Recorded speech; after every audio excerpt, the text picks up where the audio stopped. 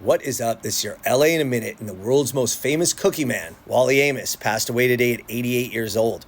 Wally Amos is the man behind Famous Amos, the world's first cookie store right there in East Hollywood. And from those humble origins became the most, famous cookie throughout the world.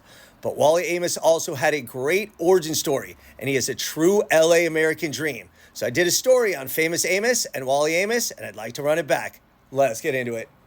What is up? This is your LA in a minute, and I'm here in Hollywood in Famous Amos Square in front of what is now Restaurant Bossa Nova, because this is the original location of Famous Amos Cookies, the first chocolate chip cookie store in the world. And let me tell you this, Famous Amos, Wally Amos, has an awesome, fun story, and he started this store with the help of some pretty famous and important friends. Let's get into it. So I want to repeat this. In 1975, this cookie store on Sunset in then seedy East Hollywood, Famous Amos, was the world's first chocolate chip cookie store.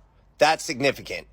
But before that, let's get to the origin of Famous Amos. This is Wally Amos, who was born in Tallahassee and moved to New York when he was 12 years old to live with his aunt, where they often baked cookies together.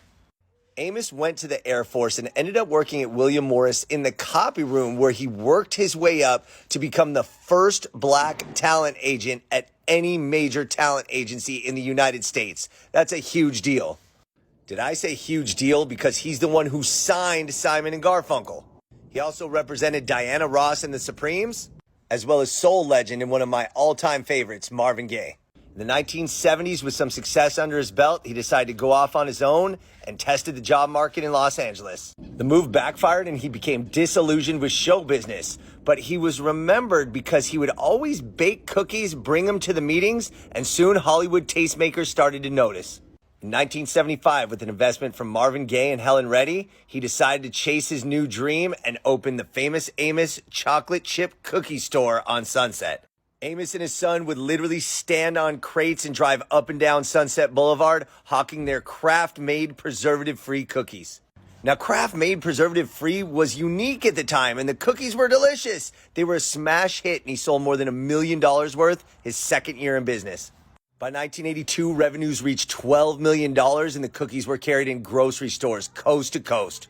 The Famous Amos store and that building became renowned in East Hollywood, as stars would often hobnob and enjoy their chocolate chip cookies. However, by 1984, with increased competition from Mrs. Fields, Nabisco, things like that, sales started to slow and Amos had to sell his share of the business. In a typical capitalistic turn, he couldn't even keep the trademark to his own name, Famous Amos. Disillusioned but not deterred, Amos returned to Hawaii, where he had been living off and on, and started the Uncle No Name's Cookie Company.